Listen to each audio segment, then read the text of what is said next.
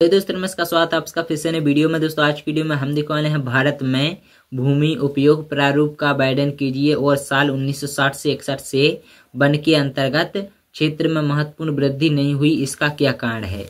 तो भारत में भूमि उपयोग के प्रतिरूप हैं कि सबसे पहला है भौतिक कारक, इसके अंतर्गत जलवायु, मृदा के प्रकार और भू आकृति इत्यादि सम्मिलित हैं।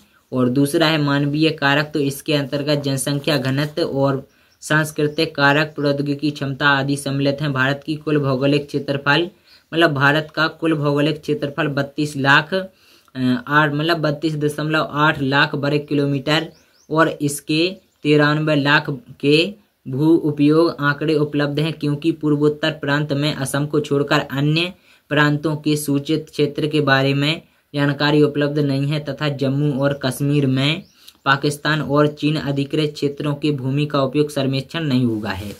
इसके बाद 1960 से 61 से वन क्षेत्र में वृद्धि न होने के कारण तो 1960 और 61 के बाद वनों के अंतर्गत भूमि में वृद्धि नहीं हुई, क्योंकि स्वतंत्रता के बाद के युग में कृषि के विस्तार के लिए अधिक भूमि की मांग की गई और गैर कानूनी ढंग से जंगल की कटाई और अन्य गतिविधियों जैसे हरित क्रांति के विकासात्मक कार्य, बुनियादी सुविधाओं के बाद औद्योगिकीकरण और शहरीकरण से भी वन क्षेत्र में कमी आई है।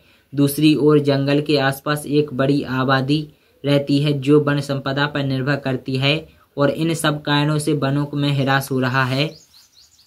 और देश में राष्ट्रीय वन नीति 1952 द्वारा निर्धारित वनों के अंतर्गत 33% भौगोलिक क्षेत्र निर्धारित है, लेकिन तुलनात्मक दृष्टि से वन के अंतर्गत बहुत कम क्षेत्र हैं। और अगर बात करें स्थायी चारागाह के अंतर्गत यह भी भूमि कम हुई है और अधिकांश वर्तमान प्रति भूमि के अतिरिक्त अन्य प्रति भूमि उपजाऊ है और इस पर फसल उगाने के लिए कृषि लागत बहुत ज़्यादा है। और इन भूमियों और इस पर फसल उगाने के लिए कृषि लागत बहुत ज़्यादा है। इन भूमियों पर 2 से 3 वर्ष में 1-2 बार कृषि की जाती है और इनको शुद्ध बोए गए क्षेत्र में शामिल किया जाता है। तो भारत की कुल शुद्ध भूमि 54% होगी। तो ये है वीडियो, और आप लोगों को वीडियो पसंद आई हो तो वीडियो को लाइक और शेयर करना, चैनल को सब्सक्राइब जरूर कर लेना।